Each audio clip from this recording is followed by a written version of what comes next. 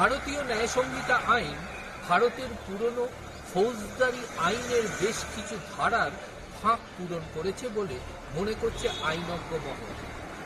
দিল্লির একটি মামলায় এই আইনজ্ঞ মহলের মতামতকে প্রমাণ করল যে ভারতীয় ন্যায় সংহিতা আইনের নতুন ধারাগুলি অনেকটাই ভারতীয় ফৌজদারি আইন অর্থাৎ সিআরপিসি অনেক ধারার ফাঁককে পূরণ করেছে।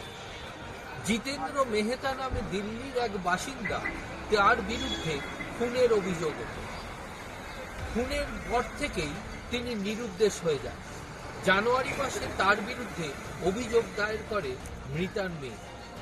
পরবর্তীকালে এই মামলার যখন বিচার শুরু হয়, মার্চ মাসে তার বিরুদ্ধে অভিযোগ দায়ের করে। জুলাই মাসে তাকে দোষী সাব্যস্ত করে অভিযুক্ত করা হয়। আগস্ট মাসে তার বিরুদ্ধে চার্জশিট পেশ হয় এবং পাশাপাশি তাকে ফেরার বলে ঘোষণা করে বিচার প্রক্রিয়া শুরুর আবেদন জানায় দিল্লি পুলিশ। তার কারণ, কোনো ঘটনার পর সেই অভিযুক্ত যদি ফেরার হয়ে যায় তাহলে এতদিন বিচার প্রক্রিয়ায় বিলম্ব ঘটত। কিন্তু এখন থেকে ভারতীয় ন্যায় সংহিতা আইনের ৩৫৬ ধারা অনুযায়ী ফেরার থাকা সত্ত্বেও এই ঘটনার বিচার প্রক্রিয়া অর্থাৎ ট্রায়াল চলতে পারবে বলে এমনটাই মত দিল্লির নিম্ন আদালতে।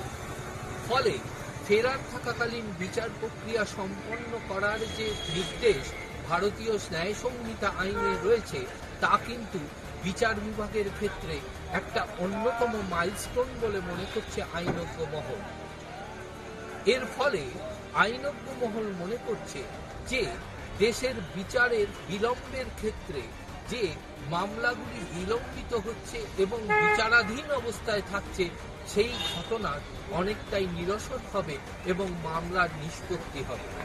ক্যামেরায় সন্দীপ সোমের সঙ্গে পীযূষ কান্তি নাথ, কলকাতা।